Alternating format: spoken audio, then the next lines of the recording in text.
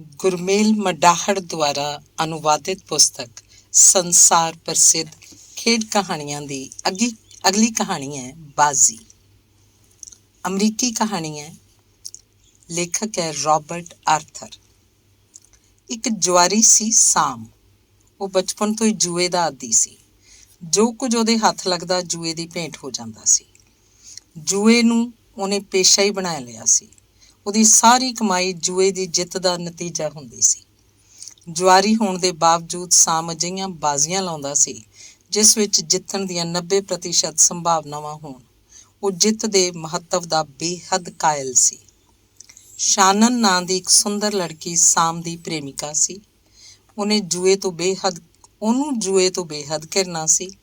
ਉਹ ਚਾਹੁੰਦੀ ਸੀ ਸਾਮ ਜੂਆ ਖੇਡਣਾ ਛੱਡ ਦੇ। ਸ਼ੁਰੂ 'ਚ ਉਹਦਾ ਖਿਆਲ ਸੀ ਕਿ ਸਾਮ ਉਹਦਾ ਕਹਿਣਾ ਮੰਨ ਲਏਗਾ। ਸਾਮ ਨੇ ਵਾਅਦਾ ਵੀ ਕੀਤਾ ਸੀ ਪਰ ਵਾਅਦਾ ਨਿਭਾ ਨਹੀਂ ਸਕਿਆ ਸੀ। ਬਿਨਾਂ ਜੂਆ ਖੇਡੇ ਉਹਨੂੰ ਚੈਨ ਨਹੀਂ ਆਉਂਦਾ ਸੀ। ਜੂਏ ਦੀ ਸਥਿਤੀ ਉਹਦੇ ਲਈ ਉਹੀ ਸੀ ਜੋ ਕਿ ਪ੍ਰਾਣੀ ਦੇ ਲਈ ਭੋਜਨ ਦੀ ਹੁੰਦੀ ਹੈ। ਜਿਸ ਤਰ੍ਹਾਂ ਕੋਈ ਪ੍ਰਾਣੀ ਭੋਜਨ ਦੇ ਬਿਨਾਂ ਜਿਉਂਦਾ ਨਹੀਂ ਰਹਿ ਸਕਦਾ, ਉਸੇ ਤਰ੍ਹਾਂ ਸਾਮ ਨੂੰ ਜੂਆ ਖੇਡੇ ਬਿਨਾਂ ਚੈਨ ਨਹੀਂ ਮਿਲਦਾ ਸੀ। ਨਤੀਜਾ ਇਹ ਹੋਇਆ ਕਿ ਉਹਦੀ ਪ੍ਰੇਮਿਕਾ ਨੇ ਇੱਕ ਸ਼ਾਮ ਸਾਮ ਦੀ ਦਿੱਤੀ ਹੋਈ ਛਾਪ ਮੋੜ ਦਿੱਤੀ। ਇੱਕ ਸ਼ਾਮ ਉਹ ਤਾੜ ਦੇ ਦਰਖਤਾਂ ਦੇ ਇੱਕ ਝੁਰਮਟ ਦੇ ਕੋਲੋਂ ਲੰਘ ਰਿਹਾ ਸੀ ਕਿ ਅਚਾਨਕ ਉਹਨੂੰ ਅਜਿਹਾ ਅਨੁਭਵ ਹੋਇਆ ਜਿਵੇਂ ਨਾਲ ਦੇ ਦਰਖਤਾਂ ਦੇ ਤਣੇ ਵਿੱਚੋਂ ਕੋਈ ਪਰਛਾਵਾਂ ਅੱਡ ਹੋ ਕੇ ਉਹਦੇ ਸਾਹਮਣੇ ਸਾਕਾਰ ਹੋ ਗਿਆ ਹੋਵੇ। ਸਾਮ ਨੇ ਰੁਕ ਕੇ ਗੌਰ ਨਾਲ ਦੇਖਿਆ। ਇੱਕ ਆਦਮੀ ਉਹਦੇ ਸਾਹਮਣੇ ਖੜਾ ਸੀ।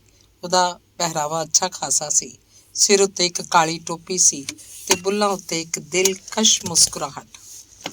ਸਾਮ ਨੇ ਦਿਮਾਗ ਉੱਤੇ ਜ਼ੋਰ ਦੇ ਕੇ ਉਹਨੂੰ ਪਛਾਣਨ ਦੀ ਕੋਸ਼ਿਸ਼ ਕੀਤੀ। ਪਰਛਾਵੇਂ ਦਾ ਇਸ ਪ੍ਰਕਾਰ ਸਾਕਾਰ ਹੋ ਜਾਣਾ ਇੱਕ ਹੈਰਾਨੀਜਨਕ ਗੱਲ ਸੀ। ਮਿਸਟਰ ਸਾਮ, ਉਹ ਬੋਲਿਆ, ਮੈਂ ਸ਼ਰਤ ਲਾਉਣਾ ਕਿ ਤੂੰ ਮੈਨੂੰ ਪਛਾਣ ਨਹੀਂ ਸਕਿਆ। ਸ਼ਾਮ ਉਹਨੂੰ ਘੂਰਦਾ ਰਿਹਾ। ਫਿਰ ਆਪਣੀ ਬੁੱਧੀ ਉੱਤੇ ਭਰੋਸਾ ਕਰਦੇ ਹੋਏ ਉਹਨੇ ਦ੍ਰਿੜ ਆਵਾਜ਼ 'ਚ ਕਿਹਾ, ਮੇਰੀ ਜੇਬ 'ਚ ਇਸ ਵਕਤ $100 ਹਨ। ਤੂੰ ਉਹਨਾਂ ਨੂੰ ਦਾਅ ਉੱਤੇ ਲੱਗੇ ਸਮਝ। ਮੈਂ ਦੱਸ ਸਕਦਾ ਕਿ ਤੂੰ ਕੌਣ ਹੈ। ਮਨਜ਼ੂਰ ਹੈ, ਸੰਬੋਧਕ ਨੇ ਵਿਸ਼ਵਾਸ ਨਾਲ ਕਿਹਾ। ਮੇਰਾ ਖਿਆਲ ਹੈ ਤੂੰ ਸ਼ੈਤਾਨ ਹੈ। ਸਾਮ ਬਿਨਾਂ ਝਿਜਕ ਤੋਂ ਬੋਲਿਆ। ਸਾਮ ਦੀ ਬੁੱਧੀ ਨੇ ਗਲਤੀ ਨਹੀਂ ਕੀਤੀ ਸੀ। ਉਹ ਆਦਮੀ ਅਸਲ 'ਚ ਸ਼ੈਤਾਨ ਸੀ। ਕੁਝ ਸਮੇਂ ਤੋਂ ਸ਼ੈਤਾਨ ਸਾਮ ਦੇ ਚਰਚੇ ਸੁਣ ਰਿਹਾ ਸੀ ਕਿਉਂਕਿ ਉਹ ਖੁਦ ਵੀ ਇੱਕ ਜੁਆਰੀ ਸੀ। ਅੱਜ ਉਹ ਸਾਮ ਦੀਆਂ ਸ਼ਕਤੀਆਂ ਨੂੰ ਪਰਖਣ ਆ ਗਿਆ ਸੀ। ਉਹਦੇ ਚਿਹਰੇ ਉੱਤੇ ਸਾਮ ਦੇ ਉੱਤਰ ਨਾਲ ਗੁੱਸੇ ਦੀ ਲਹਿਰ ਦੌੜ ਗਈ। ਸਾਮ ਪਹਿਲੀ ਬਾਜ਼ੀ ਜਿੱਤ ਗਿਆ ਸੀ। ਕੁਝ ਰੁਕਣ ਤੋਂ ਮਗਰੋਂ ਸ਼ੈਤਾਨ ਨੇ ਕਿਹਾ, ਹੋ ਸਕਦਾ ਹੈ ਕਿ ਮੈਂ ਸ਼ੈਤਾਨ ਹੀ ਹੋਵਾਂ। ਉਸ ਹਾਲਤ ਵਿੱਚ ਤੇਰੇ $100 ਮੇਰੇ ਜਿੰਮੇ ਰਹੇ, ਪਰ ਮੇਰੇ ਕੋਲ ਕੁਝ ਰੁਪਏ ਹੋਰ ਵੀ ਹਨ।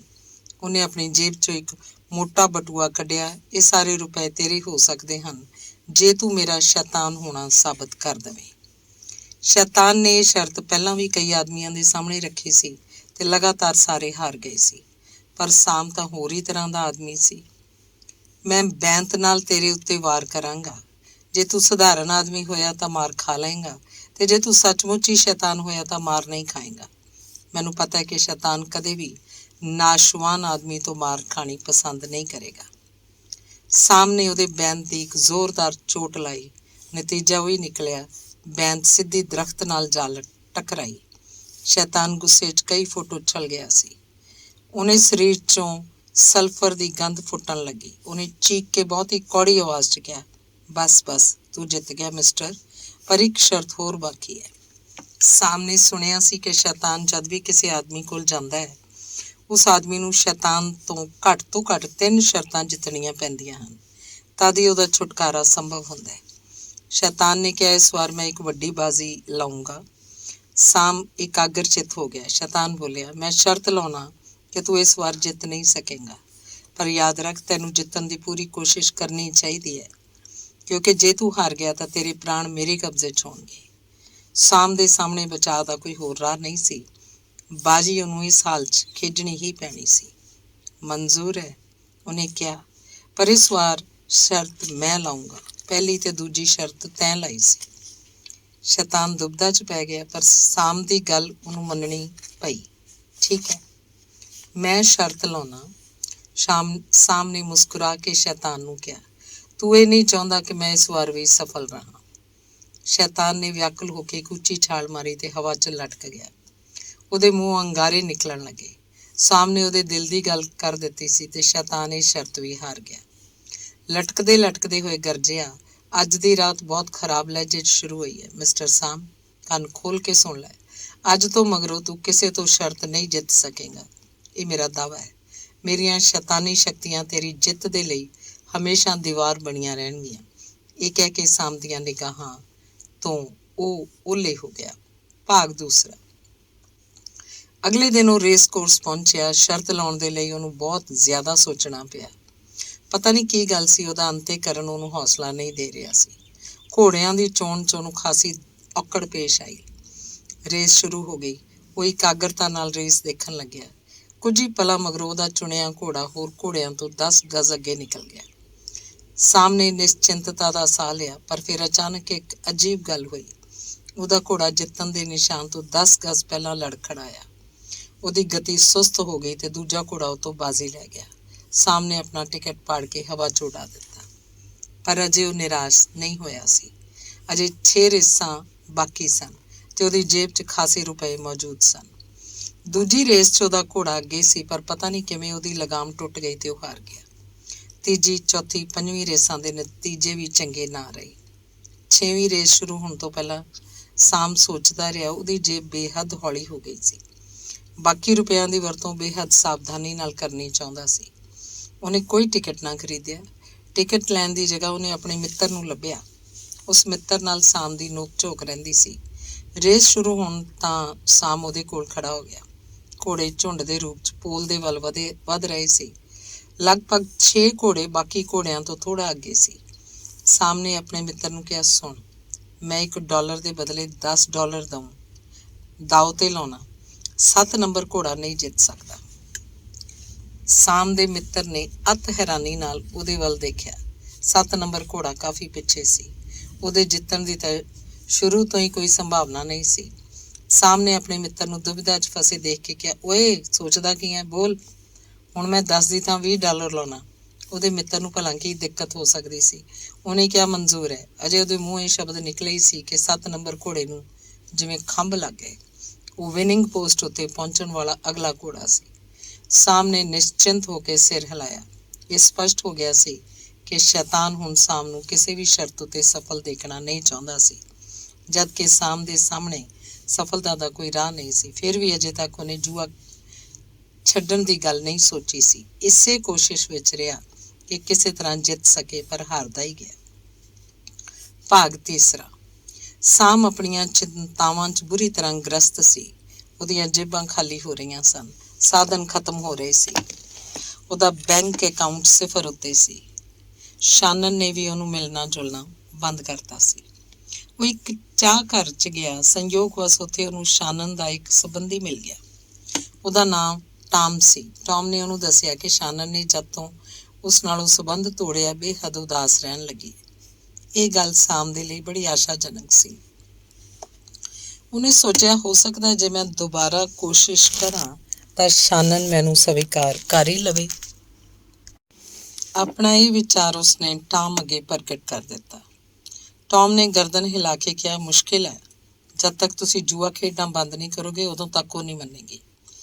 ਜੇ ਉਹਨੂੰ ਪਤਾ ਚੱਲ ਜਾਏ ਕਿ ਕਿਸੇ ਵੀ ਸ਼ਰਤ 'ਚ ਸਫਲ ਨਹੀਂ ਹੁੰਦਾ ਹਾਂ, ਕਿ ਉਹ ਫਿਰ ਵੀ ਨਹੀਂ ਮੰਨੇਗੀ। ਇੱਥੇ ਸਫਲਤਾ ਦਾ ਸਵਾਲ ਨਹੀਂ, ਜੂਆ ਤਾਂ ਜੂਆ ਹੈ। ਟਾਮ ਨੇ ਗਰਦਨ ਹਿਲਾ ਕੇ ਉੱਤਰ ਦਿੱਤਾ। ਪਰ ਗੱਲ ਛੱਡ, ਬਾਹਰ ਬਾਰਿਸ਼ ਪੈ ਰਹੀ ਹੈ। ਤੇਰਾ ਕੀ ਖਿਆਲ ਹੈ, ਬਾਰਿਸ਼ ਕਦੋਂ ਤੱਕ ਹੁੰਦੀ ਰਹੇਗੀ? ਦਿਨ ਭਰ ਰਹੇਗੀ, ਸ਼ਾਮ ਨੇ ਬੇਦਿਲੀ ਨਾਲ ਕਿਹਾ, ਤੇ ਰਾਤ ਨੂੰ ਵੀ ਇਸ ਤੋਂ ਛੁਟਕਾਰਾ ਨਹੀਂ ਹੋਏਗਾ। ਸਵੇਰੇ ਤੱਕ ਜਾਰੀ ਰਹੇਗੀ। ਮੈਂ ਜੋ ਕੁਝ ਕਹਿ ਰਿਹਾ ਸਹੀ ਕਹਿ ਰਿਹਾ। ਪਰ ਟਾਮ, ਜੇ ਮੈਂ ਚਾਹਾਂ ਤਾਂ ਬਾਰਿਸ਼ 5 ਮਿੰਟ 'ਚ ਰੋਕ ਸਕਦਾ। ਟਾਮ ਨੂੰ ਹਾਸਾ ਆਇਆ। ਕੀ ਸੱਚਮੁੱਚ? ਜ਼ਰਾ ਮੈਂ ਵੀ ਦੇਖਾਂ। ਫਿਰ ਇਉਂ ਕਰ, ਮੇਰੇ ਨਾਲ ਬਾਜ਼ੀ ਲਾ ਲੈ। $1 ਦੀ ਬਾਜ਼ੀ। ਤੂੰ ਇਹ ਸ਼ਰਤ ਲਾਈ ਕਿ ਬਾਰਿਸ਼ 5 ਮਿੰਟ 'ਚ ਰੁਕ ਜਾਏਗੀ। ਮੈਂ ਕਹੂੰਗਾ ਨਹੀਂ, ਇਹ ਬਾਰਿਸ਼ ਅਜੇ ਰੁਕਣ ਵਾਲੀ ਨਹੀਂ ਹੈ। ਟਾਮ ਪਲਕਾਂ ਝਪਕਣ ਲੱਗਿਆ। ਸਾਮ ਬੋਲਿਆ, ਮੇਰੇ ਮਿੱਤਰ, ਮੈਨੂੰ ਯਕੀਨ ਹੈ ਮੈਂ ਸ਼ਰਤ ਹਾਰ ਜਾਊਂਗਾ ਤੇ ਮੇਰੇ ਲਈ ਜ਼ਰੂਰੀ ਹੋਏਗਾ ਕਿ ਮੈਂ ਤੈਨੂੰ $1 ਦੇਵਾਂ। ਇਸ ਲਈ ਮੈਨੂੰ ਖਾਣਾ ਖਵਾਉਣ ਦਾ ਖਰਚਾ ਤੂੰ ਬਰਦਾਸ਼ਤ ਕਰੀ। ਟਾਮ ਨੇ ਸ਼ੱਕ ਦੂਰ ਕਰਨ ਲਈ ਸ਼ਰਤ ਲਾ ਲਈ। ਸ਼ਰਤ ਦਾ ਨਤੀਜਾ ਉਹੀ ਹੋਇਆ ਜਿਹੜਾ ਸਾਮ ਨੇ ਕਿਹਾ ਸੀ। ਸਿਰਫ 5 ਮਿੰਟ 'ਚ ਬੱਦਲ ਛਣ ਗਏ ਤੇ ਸੂਰਜ ਚਮਕਣ ਲੱਗਿਆ। ਟੌਮ ਨੇ ਅਤ ਹੈਰਾਨੀ ਦੇ ਨਾਲ ਸਾਮ ਵੱਲ ਦੇਖਿਆ। ਓਏ ਸਾਮ, ਇਹ ਤਾਂ ਬੇਹੱਦ ਅਜੀਬ ਗੱਲ ਹੈ। ਉਹਦੇ ਮੂੰਹ ਤੋਂ ਹਵਾਈਆਂ ਉੱਡ ਰਹੀਆਂ ਸੀ। ਇਹ ਤਾਂ ਕਮਾਲ ਹੈ ਸਾਮ, ਜੇ ਸਿਰਫ ਤੇਰੀ ਇੱਛਾ ਦੇ ਅਨੁਸਾਰ ਹਰ ਵਾਰ ਇਸੇ ਤਰ੍ਹਾਂ ਹੋ ਸਕੇ ਤਾਂ ਯਕੀਨ ਕਰ ਤੂੰ $1000 ਕਮਾ ਸਕਦਾ। ਸਾਮ ਚੌਂਕਿਆ। ਕੀ ਕਿਹਾ? ਕੀ ਅਜਿਹਾ ਹੋ ਸਕਦਾ? ਸਾਮ, ਟਾਮ ਨੇ ਭਾਵੁਕ ਆਵਾਜ਼ 'ਚ ਕਿਹਾ, ਇਸ ਐਤਵਾਰ ਨੂੰ ਲਾਇਲਸਨਸ ਦੀ ਸੇਂਟ ਪੈਟ੍ਰਿਕ ਪਰੇਡ ਹੋਣ ਵਾਲੀ ਹੈ। ਮੰਨ ਲਓ ਲਾਇਲਸਨਸ ਵਾਲੇ ਤੈਨੂੰ ਇਹ ਕਹਿੰਦੇ ਹਨ ਕਿ ਤੂੰ ਚੰਗੇ ਮੌਸਮ ਦੀ ਜ਼ਮਾਨਤ ਪੂਰੀ ਨਾ ਹੋਈ, ਭਾਵ ਮੌਸਮ ਚੰਗਾ ਨਾ ਰਿਹਾ ਤਾਂ ਤੇਰੇ $20 ਕਿਤੇ ਨਹੀਂ ਗਏ। ਬਹੁਤ ਚੰਗੀ ਸਲਾਹ ਹੈ ਤੇਰੀ, ਸ਼ਾਮ ਨੇ ਪ੍ਰਭਾਵਿਤ ਹੋ ਕੇ ਕਿਹਾ। ਕੀ ਇਸ ਤਰ੍ਹਾਂ ਦਾ ਬੀਮਾ ਸੱਚਮੁੱਚ ਹੋ ਸਕਦਾ ਹੈ? ਬੀਮਾ ਨਾ ਕਹਿ ਮਿੱਤਰ, ਹਜ਼ਾਰਾਂ ਦਾ ਵਪਾਰ ਕਹਿ। ਇਹ ਤਾਂ ਬਹੁਤ ਚੰਗੀ ਗੱਲ ਹੈ। ਸਾਮ ਖੜਾ ਹੋ ਗਿਆ। ਟਾਮ, ਅੱਜ ਤੋਂ ਤੂੰ ਮੇਰਾ ਹਿੱਸੇਦਾਰ ਹੈ। ਉਹਨੇ ਜੇਬ ਚੋਂ $20 ਕੱਢੇ। ਲਓ, ਇਸ ਨਾਲ ਮੇਰੇ ਲਈ ਕਿਸੇ ਦਫ਼ਤਰ ਦਾ ਪ੍ਰਬੰਧ ਕਰ ਦਿਓ। ਦਫ਼ਤਰ ਦੇ ਦਰਵਾਜ਼ੇ ਉੱਤੇ ਸਾਮ ਬੀਮਾ ਕੰਪਨੀ ਦਾ ਬੋਰਡ ਲਗਾ ਦੇਈ। ਕੁਝ ਚਿਰ ਮਗਰੋਂ ਉਹਨੇ ਕਿਹਾ, ਲੈ ਅੱਜ $1 ਲੈ। ਮੈਂ ਸ਼ਰਤ ਲਗਾਉਣਾ ਕਿ ਮੈਂ ਹੁਣ ਸ਼ਾਨਨ ਦੇ ਕੋਲ ਜਾਣਾ, ਉਹ ਮੈਨੂੰ ਦੁਰਕਾਰ ਦੇਏਗੀ। ਅੰਗ ਚੌਥਾ। ਸ਼ਾਮ ਤੇ ਸਾਨਨ ਦਾ ਵਿਆਹ ਹੋ ਚੁੱਕਿਆ ਹੈ। ਬੀਮਾ ਕੰਪਨੀ ਖੂਬ ਚੱਲ ਰਹੀ ਹੈ। ਹੁਣ ਉਹ ਲੱਖਪਤੀ ਹੋ ਗਿਆ। ਟੌਮ ਉਹਦਾ ਹਿੱਸੇਦਾਰ, ਉਹਦਾ ਇੱਕੋ ਇੱਕ ਭੇਤੀ ਹੈ। ਸਾਮ ਉਹਦੇ ਨਾਲ ਮਿਲ ਕੇ ਸ਼ੈਤਾਨ ਨੂੰ ਨਿਰੰਤਰ ਹਾਰ ਦੇ ਰਿਹਾ। ਉਹਨਾਂ ਦੋਹਾਂ ਦੇ ਵਿਚਕਾਰ ਚੰਗੀ ਸੁਖਦਾਇਕ ਜ਼ਿੰਦਗੀ ਤੇ ਜਾਇਦਾਦ ਆਦਿ ਦੇ ਬਾਰੇ 'ਚ ਨਿਰੰਤਰ ਸ਼ਰਤਾਂ ਲੱਗਦੀਆਂ ਹਨ। ਸਪਸ਼ਟ ਹੈ ਸਾਮ ਹਾਰ ਜਾਂਦਾ ਹੈ, ਕਿਉਂਕਿ ਸ਼ੈਤਾਨ ਆਪਣਾ ਦਾਅਵਾ ਹਰ ਹਾਲਤ ਉੱਤੇ ਰੱਖਣਾ ਚਾਹੁੰਦਾ ਹੈ। ਕਈ ਸਾਲ ਭਰ ਪਹਿਲਾਂ ਸਾਮ ਤੇ ਟਾਮ ਵਿਚਾਲੇ ਸ਼ਰਤ ਲੱਗੀ ਸੀ। ਸਾਮ ਕਹਿੰਦਾ ਸੀ, ਇਸ ਸਾਲ ਮੇਰੇ ਘਰ ਕੁੜੀ ਹੋਏਗੀ, ਨਾ ਹੋਈ ਤਾਂ ਮੈਂ ਤੈਨੂੰ $10,000 ਦੇਵਾਂਗਾ। ਟਾਮ ਨੇ ਕਿਹਾ, ਮੈਂ ਕਹਿੰਦਾ ਤੇਰੇ ਘਰ ਮੁੰਡਾ ਹੋਏਗਾ। ਸਾਮ ਸ਼ਰਤ ਹਾਰ ਚੁੱਕਿਆ। ਉਹਦੇ ਘਰ ਲੜਕਾ ਹੋਇਆ। ਉਹਨਾਂ ਵਿਚਾਲੇ ਕੁੜੀ ਦੇ ਸਿਲਸਿਲੇ 'ਚ ਇੱਕ ਸ਼ਰਤ ਲੱਗੀ ਹੋਈ ਹੈ। ਧੰਨਵਾਦ। ਅਗਲੀ ਅਮਰੀਕੀ ਕਹਾਣੀ ਹੈ ਹਾਰਿਆ ਹੋਇਆ ਆਦਮੀ। ਲੇਖਕ ਹਡਸਨ ਸਟੂਡ। ਕੁਝ ਹੀ ਸਮੇਂ 'ਚ ਇੱਕ ਘੋੜਸਵਾਰ ਸਾਹਮਣੇ ਅਖਾੜੇ 'ਚ ਵਿਖਾਈ ਦਿੱਤਾ ਹੈ। ਉਹ ਗੋਲ ਚੱਕਰ 'ਚ ਘੋੜਾ ਭਜਾਉਂਦਾ ਹੋਇਆ ਇੱਕ ਜਗ੍ਹਾ ਰੁਕਿਆ ਅਤੇ ਉਹਨੇ ਉਹ ਦਰਵਾਜ਼ਾ ਖੋਲ੍ਹਿਆ ਜਿਹਦੇ ਪਿੱਛੇ ਜੰਗਲੀ ਸਾਂਢ ਬੰਦ ਸੀ। ਇੱਕਦਮ ਸਾਰੇ ਦਰਸ਼ਕ ਚੁੱਪ ਹੋ ਗਏ ਤੇ ਚਾਰੇ ਪਾਸੇ ਖਾਮੋਸ਼ੀ ਛਾ ਗਈ। ਫਿਰ ਤੁਰੀ ਦੀ ਆਵਾਜ਼ ਗੂੰਜੀ। ਤਦ ਲਿਸ਼ਕਾ ਮਾਰਦਾ ਕਾਲੇ ਰੰਗ ਦਾ ਸਾਂਢ ਦਰਵਾਜ਼ੇ ਦੇ ਵਿੱਚੋਂ ਗੋਲੀ ਦੀ ਤਰ੍ਹਾਂ ਨਿਕਲ ਕੇ ਅਖਾੜੇ 'ਚ ਆਇਆ ਤੇ ਅਚਾਨਕ ਕਿਸੇ ਘਬਰਾਹਟ ਤੇ ਹੈਰਾਨੀ 'ਚ ਰੁਕਿਆ, ਜਿਵੇਂ ਉਹਨੂੰ ਪਤਾ ਹੋਵੇ ਕਿ ਚਾਰੇ ਪਾਸੇ ਹਜ਼ਾਰਾਂ ਨਜ਼ਰਾਂ ਉਹਦੀ ਮੌਤ ਦਾ ਤਮਾਸ਼ਾ ਦੇਖਣ ਲਈ ਉਤਸੁਕ ਹਨ। 4-5 ਸਾਲ ਤੱਕ ਉਹਦੇ ਖਾਣ ਪੀਣ ਪਾਲਣ ਪੋਸ਼ਣ ਉੱਤੇ ਰੱਜ ਕੇ ਖਰਚ ਹੋਇਆ ਸੀ ਤੇ ਹੁਣ 15 ਮਿੰਟ 'ਚ ਮਾਰਿਆ ਜਾਣ ਵਾਲਾ ਸੀ। ਉਸ ਵਕਤ ਬੇਂਡੇਰਿਲਰੋ, ਸਾਂਢ ਦੀ ਹੱਤਿਆ ਕਰਨ ਵਾਲੇ ਆਦਮੀ ਦੇ ਸਹਾਇਕ, ਆਪਣੇ ਕੇਪ ਸਾਂਢ ਨੂੰ ਖਿੱਚ ਪਾਉਣ ਵਾਲਾ ਕੱਪੜਾ ਹਿਲਾ ਜੁਲਾ ਕੇ ਉਹਨੂੰ ਉਤੇਜਿਤ ਕਰ ਰਹੇ ਸੀ ਤਾਂ ਕਿ ਮੈਟਾਡੋਰ, ਸਾਂਢ ਦੀ ਹੱਤਿਆ ਕਰਨ ਵਾਲਾ ਆਦਮੀ, ਇਹ ਦੇਖ ਸਕੇ ਕਿ ਸਾਂਢ ਆਪਣੀ ਕਿਸ ਅੱਖ ਦੀ ਜ਼ਿਆਦਾ ਵਰਤੋਂ ਕਰਦਾ ਹੈ ਤੇ ਕਿਸ ਸਿੰਗ ਨਾਲ ਆਪਣੇ ਦੁਸ਼ਮਣ ਨੂੰ ਮਾਰਨਾ ਚਾਹੁੰਦਾ ਹੈ।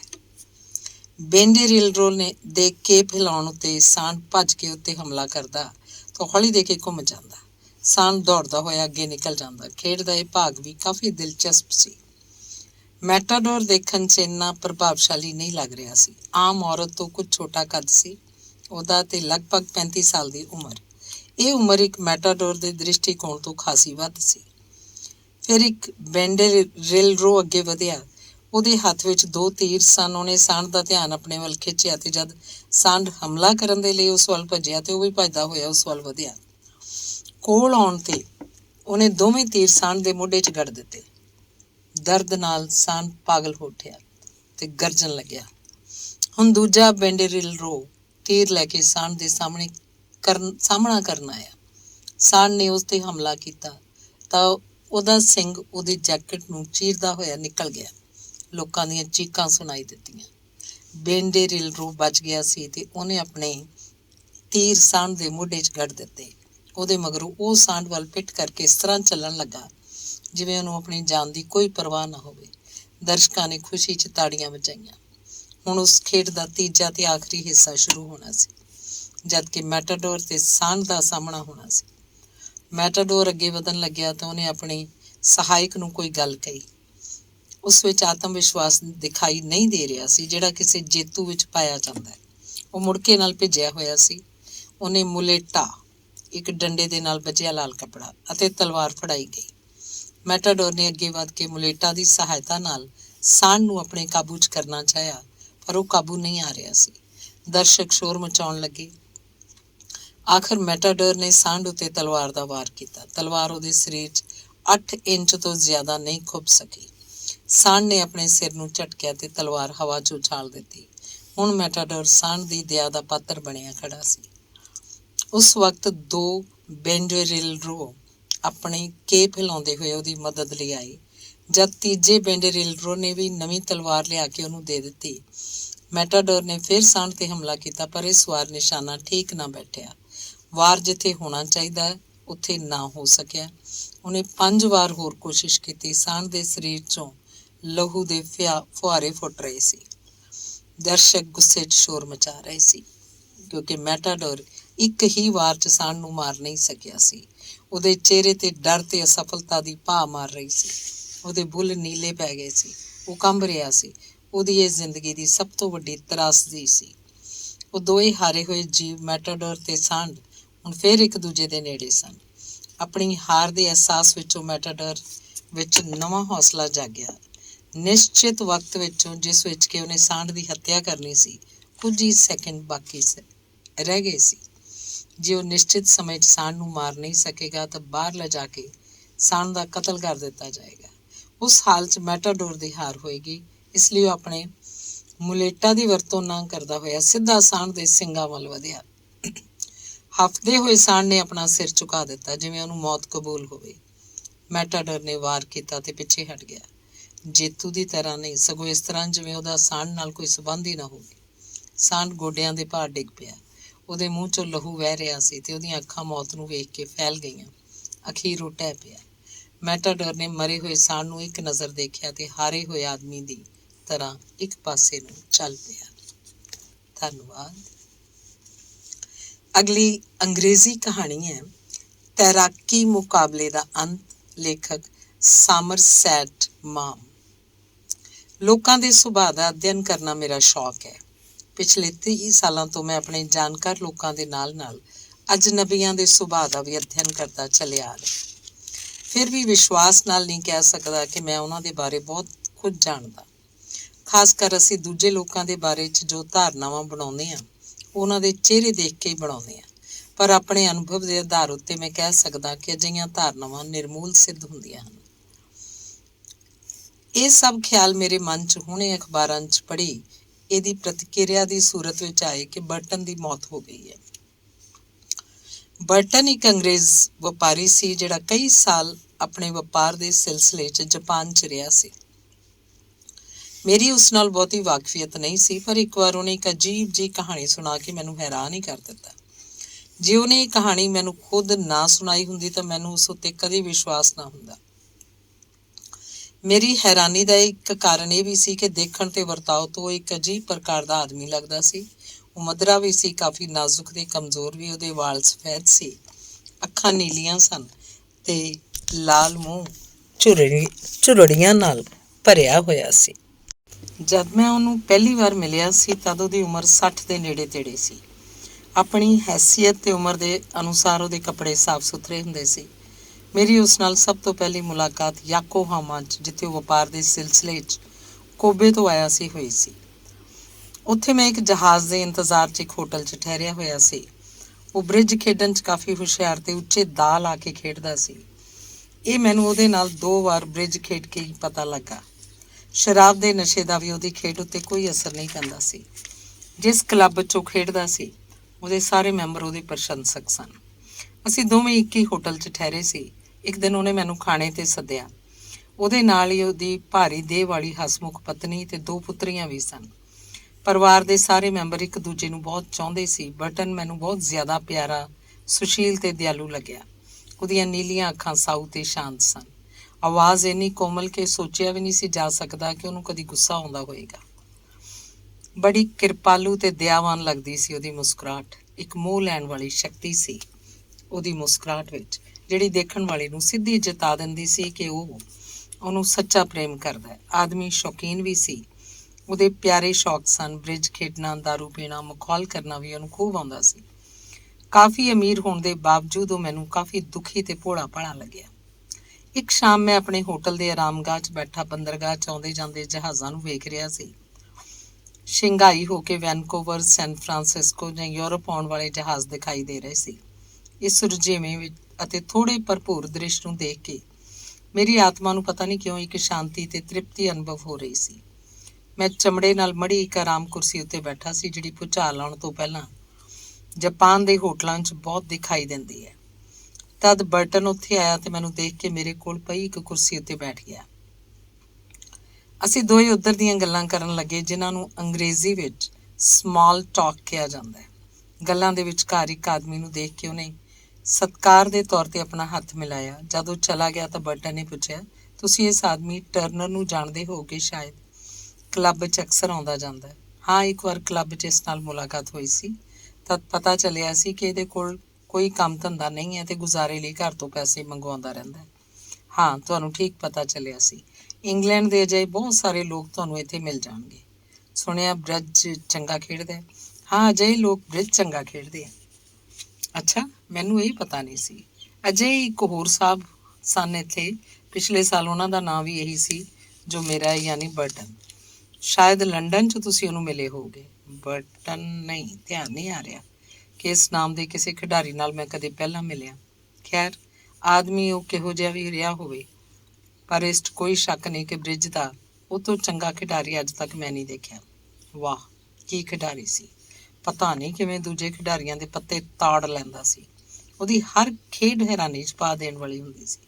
ਉਹਦੇ ਨਾਲ ਬਹੁਤ ਵਾਰ ਖੇਡਿਆ ਸੀ। ਉਹ ਕਈ ਦਿਨ ਤੱਕ ਇੱਥੇ ਕੋਬੇ 'ਚ ਰਿਹਾ, ਜਿੱਥੇ ਮੈਂ ਰਹਿੰਦਾ, ਜਿੱਥੇ ਮੇਰਾ ਦਫ਼ਤਰ ਵੀ ਹੈ। ਕੁਝ ਚਿਰ ਚੁੱਪ ਰਹਿ ਕੇ ਉਹਨੇ ਕਿਹਾ, ਉਹਦੀ ਕਹਾਣੀ ਬੜੀ ਦਿਲਚਸਪ ਹੈ, ਸੁਣੇਗਾ? ਸੁਣਾਓ। ਦਿਲਚਸਪ ਕਹਾਣੀਆਂ ਨੂੰ ਮੈਂ ਹਮੇਸ਼ਾ ਉਤਸੁਕਤਾ ਨਾਲ ਸੁਣਦਾ। ਆਦਮੀ ਬੁਰਾ ਨਹੀਂ ਸੀ, ਬਰਟਨ ਨੇ ਕਹਿਣਾ ਸ਼ੁਰੂ ਕੀਤਾ। ਹਮੇਸ਼ਾ ਚੁਸਤ ਤੇ ਸਜਿਆ ਫੱਬਿਆ ਦਿਖਾਈ ਦਿੰਦਾ ਸੀ। ਆਕਰਸ਼ਕ ਤੇ ਸੁੰਦਰ ਵੀ ਸੀ। ਬਹੁਤ ਸਾਰੀਆਂ ਔਰਤਾਂ ਉਹਦੀਆਂ ਗੁਲਾਬੀ ਗੱਲਾਂ ਤੇ ਘੁੰਘਰਾਲੇ ਵਾਲਾਂ ਤੇ ਜਾਨ ਦਿੰਦੀਆਂ ਸੀ। ਮੈਂ ਵੀ ਉਹਦੇ ਪ੍ਰਸ਼ੰਸਕਾਂ ਵਿੱਚੋਂ ਇੱਕ ਸੀ। ਉਹਦੇ ਸੁਭਾਅ 'ਚ ਥੋੜ੍ਹਾ ਜਿਹਾ ਉਤਾਵਲਾਪਨ ਜ਼ਰੂਰ ਸੀ, ਪਰ ਉਹਦੇ ਹੱਥੋਂ ਕਦੇ ਕਿਸੇ ਦਾ ਨੁਕਸਾਨ ਹੋਇਆ ਹੋਵੇ ਮੈਨੂੰ ਯਾਦ ਨਹੀਂ ਆਉਂਦਾ। ਉਂਝ ਪੀਂਦਾ ਬਹੁਤ ਸੀ। ਟਰਨਰ ਵੀ ਬਹੁਤ ਪੀਂਦਾ ਸੀ। ਅਜਿਹੇ ਲੋਕ ਬਹੁਤ ਪੀਂਦੇ ਹਨ, ਸ਼ਰਤ ਲਾ ਕੇ ਵੀ ਪੀ ਸਕਦੇ ਹਨ। ਉਹਦਾ ਗੁਜ਼ਾਰਾ ਕਿਵੇਂ ਚੱਲਦਾ ਸੀ? ਹਰ ਤੀਜੇ ਮਹੀਨੇ ਉਹਦੇ ਕੋਲ ਪਤਾ ਨਹੀਂ ਕਿੱਥੋਂ ਅੱਛੀ ਖਾਸੀ ਰਕਮ ਆ ਜਾਂਦੀ ਸੀ। ਇਹਦੇ ਇਲਾਵਾ ਉਹ ਬ੍ਰਿਜ ਤੋਂ ਕਾਫੀ ਕਮਾ ਲੈਂਦਾ ਸੀ। ਕੰਬਖਤ ਮੈਥੋਂ ਖਾਸੀ ਰਕਮ ਜਿੱਤਿਆ ਹੋਏਗਾ। ਇੱਥੇ ਰੁਕ ਕੇ ਬਟਨ ਬੜੇ ਪਿਆਰੇ ਢੰਗ ਨਾਲ ਮੁਸਕਰਾਇਆ। ਉਹਦੀ ਗੱਲ ਗਲਤ ਨਹੀਂ ਸੀ। ਉਹਦੇ ਨਾਲ ਕਈ ਵਾਰ ਬ੍ਰਿਜ ਖੇਡ ਕੇ ਇੰਨਾ ਪਤਾ ਤਾਂ ਮੈਨੂੰ ਲੱਗ ਵੀ ਗਿਆ ਸੀ ਕਿ ਉਹ ਕਿੰਨੀ ਦਰਿਆ ਦਿਲੀ ਨਾਲ ਦਾ ਲਾਉਂਦਾ ਹੈ, ਕਿਵੇਂ ਇੱਛਾ ਪੂਰਵਕ ਪੈਸਾ ਹਾਰ ਸਕਦਾ ਹੈ। ਸ਼ਾਇਦ ਉਹਨੂੰ ਜਿੱਤ ਤੋਂ ਵੱਧ ਹਾਰਨ 'ਚ ਆਨੰਦ ਆਉਂਦਾ ਸੀ। ਆਪਣੇ ਕਮਜ਼ੋਰ ਹੱਥਾਂ ਨਾਲ ਆਪਣੀ ਠੋਡੀ ਨੂੰ ਪਲੋਸਦੇ ਹੋਏ ਉਹਨੇ ਕਹਿਣਾ ਚਾਲੂ ਰੱਖਿਆ, ਇੱਕ ਦਿਨ ਉਹ ਮੈਨੂੰ ਮਿਲਣ ਮੇਰੇ ਦਫ਼ਤਰ 'ਚ ਆਇਆ। ਉਹਨੇ ਦੱਸਿਆ ਕਿ ਉਹਦੇ ਘਰ ਤੋਂ ਪੈਸਾ ਆਉਣਾ ਬੰਦ ਹੋ ਗਿਆ, ਜਿਸ ਨਾਲ ਹੁਣ ਨੌਕਰੀ ਕਰਨ ਤੋਂ ਇਲਾਵਾ ਉਹਦੇ ਸਾਹਮਣੇ ਹੋਰ ਕੋਈ ਚਾਰਾ ਨਹੀਂ ਹੈ। ਮੈਨੂੰ ਹੈਰਾਨੀ ਤਾਂ ਜ਼ਰੂਰ ਹੋਈ, ਪਰ ਸਮਝ ਗਿਆ ਕਿ ਦੀਵਾਲੀਆ ਹੋ ਜਾਣ ਉੱਤੇ ਹੀ ਤੇ ਕੋਲ ਕੁਝ ਨਾ ਹੋਣ ਕਰਕੇ ਉਹ ਮੇਰੇ ਕੋਲ ਆਇਆ। ਮੈਂ ਉਹ ਤੋਂ ਉਹਦੀ ਉਮਰ ਪੁੱਛੀ। ਉਹਨੇ ਕਿਹਾ 35 ਸਾਲ। ਮੈਂ ਪੁੱਛਿਆ, ਇਹਨਾਂ 35 ਸਾਲਾਂ 'ਚ ਤੁਸੀਂ ਕੀ ਕਰਦੇ ਰਹੇ ਹੋ? ਕਿਸ ਕੰਮ ਦਾ ਅਨੁਭਵ ਹੈ? ਉਹਨੇ ਕਿਹਾ, ਮੈਨੂੰ ਕਿਸੇ ਕੰਮ ਦਾ ਕੋਈ ਵਿਸ਼ੇਸ਼ ਅਨੁਭਵ ਨਹੀਂ ਹੈ, ਕਿਉਂਕਿ ਅੱਜ ਤੱਕ ਮੈਂ ਬ੍ਰਿਜ ਖੇਡਣ ਤੋਂ ਬਿਨਾਂ ਕੋਈ ਹੋਰ ਕੰਮ ਕੀਤਾ ਹੀ ਨਹੀਂ। ਉਹਦਾ ਇਸ ਉੱਤਰ ਸੁਣ ਕੇ ਮੈਂ ਹੱਸੇ ਬਿਨਾਂ ਨਾ ਰਹਿ ਸਕਿਆ। ਮੈਂ ਕਿਹਾ, ਮੈਨੂੰ ਅਫਸੋਸ ਹੈ ਕਿ ਅਜੇ ਤਾਂ ਮੈਂ ਤੈਨੂੰ ਕੋਈ ਨੌਕਰੀ ਨਹੀਂ ਦੇ ਸਕਦਾ। 35 ਸਾਲ ਮਗਰੋਂ ਆਈ, ਤਦ ਸ਼ਾਇਦ ਤੇਰੇ ਲਈ ਕੋਈ ਕੰਮ ਨਿਕਲ ਆਏ। ਤੁਹਾਡਾ ਇਹ ਉੱਤਰ ਸੁਣ ਕੇ ਉਹਨੇ ਕੀ ਕਿਹਾ? ਮੈਂ ਪੁੱਛਿਆ। ਉਹਨੇ ਕੋਈ ਜਵਾਬ ਨਹੀਂ ਦਿੱਤਾ, ਨਾ ਗਿਆ, ਨਾ ਹਿੱਲਿਆ, ਨਾ ਜੁਲਿਆ। ਉਹਦੇ ਚਿਹਰੇ ਤੇ ਪਲੱਤਣ ਤੇ ਨਿਰਾਸ਼ਾ ਸਾਫ਼ ਝਲਕ ਰਹੀ ਸੀ।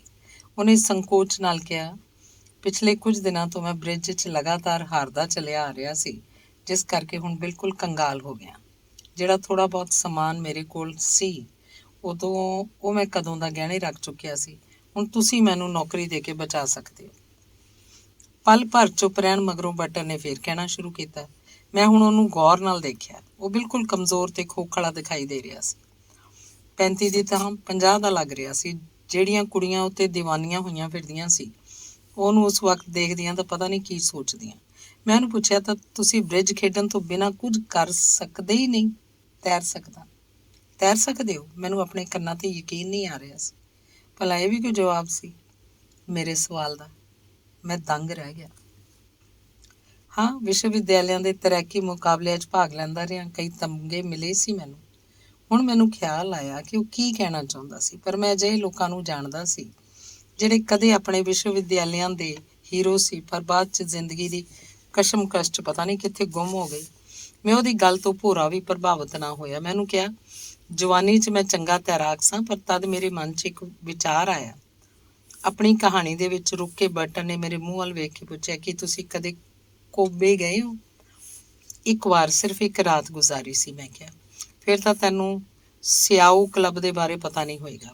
ਆਪਣੀ ਜਵਾਨੀ 'ਚ ਮੈਂ ਸਿਗਨਲ ਸਟੇਸ਼ਨ ਤੋਂ ਤੈਰਦਾ ਹੋਇਆ ਤਾਰੂ ਖਾੜੀ ਤੱਕ ਆ ਜਾਂਦਾ ਸੀ। ਫਾਸਲਾ ਕੁੱਲ 3 ਮੀਲ ਦਾ ਹੈ, ਪਰ ਸਟੇਸ਼ਨ ਦੇ ਆਲੇ ਦੁਆਲੇ ਦੀਆਂ ਪਾਣੀਆਂ ਦੀਆਂ ਝਾਲਾਂ ਦੇ ਕਾਰਨ ਉੱਥੇ ਤੈਰਨਾ ਬਹੁਤ ਮੁਸ਼ਕਿਲ ਹੈ। ਮੈਂ ਆਪਣੇ ਨਾਮ ਵਾਲੇ ਬਰਟਨ ਨੂੰ ਇਹ ਸੂਚਨਾ ਦਿੰਦੇ ਹੋਏ ਕਿਹਾ, ਜੇ ਤੁਸੀਂ ਤੈਰ ਕੇ ਇਹ ਪੂਰਾ ਫਾਸਲਾ ਤੈਅ ਕਰਕੇ ਦਿਖਾ ਦਿਓ ਤਾਂ ਮੈਂ ਤੁਹਾਨੂੰ ਜ਼ਰੂਰ ਕੋਈ ਨੌਕਰੀ ਦੇ ਦਿਆਂਗਾ। ਉਹਨੇ ਮੇਰੀ ਪੇਸ਼ਕਸ਼ ਸੁਣ ਕੇ ਬੜੀ ਨਿਰਾਸ਼ਾ ਹੋਈ। ਇਹ ਦੇਖ ਕੇ ਮੈਂ ਉਹਨੂੰ ਪੁੱਛਿਆ, ਪਰ ਤੁਸੀਂ ਤਾਂ ਕਹਿੰਦੇ ਸੀ ਤੁਸੀਂ ਇੱਕ ਚੰਗੇ ਤੈਰਾਕ ਹੋ। ਤੈਰਾਕ ਤਾਂ ਚੰਗਾ, ਪਰ ਤੁਸੀਂ ਦੇਖ ਹੀ ਰਹੇ ਹੋ ਅੱਜ ਕੱਲ੍ਹ ਮੇਰੀ ਸਿਹਤ ਠੀਕ ਨਹੀਂ ਹੈ। ਮੈਂ ਕੋਈ ਜਵਾਬ ਨਹੀਂ ਦਿੱਤਾ ਤੇ ਆਪਣੇ ਮੋਢੇ ਹਿਲਾ ਦਿੱਤੇ। ਉਹਨੇ ਪਲ ਭਰ ਲਈ ਮੇਰੇ ਵੱਲ ਦੇਖਿਆ, ਫਿਰ ਬੋਲਿਆ, ਚੰਗੀ ਗੱਲ ਹੈ, ਮੈਂ ਕਦੋਂ ਤੈਰਨਾ ਹੋਏਗਾ ਮੈਨੂੰ? ਮੈਂ ਘੜੀ ਦੇਖੀ, 10 ਵੱਜ ਚੁੱਕੇ ਸੀ। ਮੈਂ ਕਿਹਾ, ਇਸ ਤੈਰਾਕੀ ਪ੍ਰਤੀਯੋਗਤਾ ਦਾ ਫਾਸਲਾ ਤੈਅ ਕਰਨ 'ਚ ਤੈਨੂੰ 1.25 ਘੰਟੇ ਤੋਂ ਵੱਧ ਨਹੀਂ ਲੱਗਣਾ ਚਾਹੀਦਾ।